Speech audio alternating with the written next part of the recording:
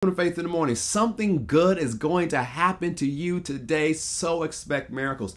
Thank you for joining me today. Faith in the morning exists to help you start your day with faith and encouragement. And that's exactly what's going to happen today. So thank you for however you're tuning in, whether you're watching the live stream on Facebook, YouTube, or Twitter, listening on Apple Podcasts or Spotify, watching on Faith Plus or Faith Plus on demand. I'm so glad that you're starting your day with faith in the morning. Right now, we're sharing different highlights from our new book, No Longer Mere Mortals, 7 Secrets to Living the Supernatural Life. Thank you for all those who've purchased your copy already. If you haven't, you can order them from wherever books are sold, Amazon, Walmart, Target, Books A Million, Barnes & Noble. It's all available there. Before we share a little bit more from our book, I want to read to you from Psalms. This recently on Faith in the Morning, we were talking about David, how he's an example of hunger and waiting on God.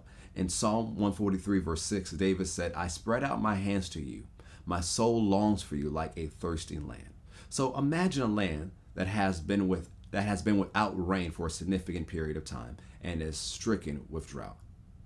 How much would the people, the animals, and the land itself need rain? In the same way, David described his need for God. Even further, in Psalm 27, 13 and 14, he proclaimed, I would have lost heart unless I had believed that I would see the goodness of the Lord in the land of the living. Wait on the Lord, be of good courage, and he shall strengthen your heart. Wait, I say, on the Lord. As I shared before, waiting on God is a lifestyle in which you earnestly expect God to satisfy your passionate desire for him whenever and wherever you go. David waited on God from a place of great desire for him and fully expected to see God display his goodness in his life. This expectation caused David to continue to move forward in life and not faint and quit. David's example encourages us that waiting upon the Lord is a key to being strengthened.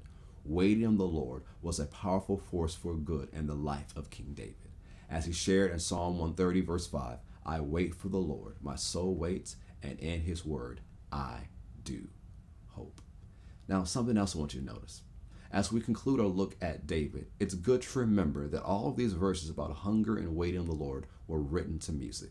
This reviews another key to waiting on God: praise and worship.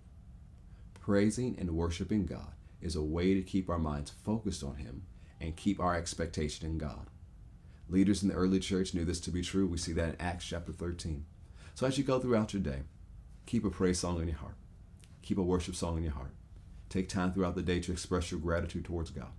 Because as you're doing all the different things you have to do, all the normal things you have to do, you can still be in expectation to experience God, to partner with him, to walk in communion and fellowship with him, so you can live the supernatural, superhuman life and experience the fact that you're no longer a mere mortal because you've been born again.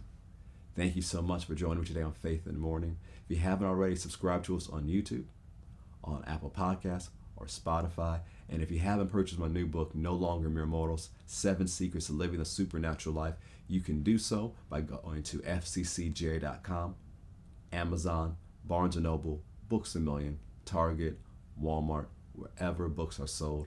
Thank you once again for joining for Faith in the Morning. Something good is going to happen to you today, so expect miracles. God bless.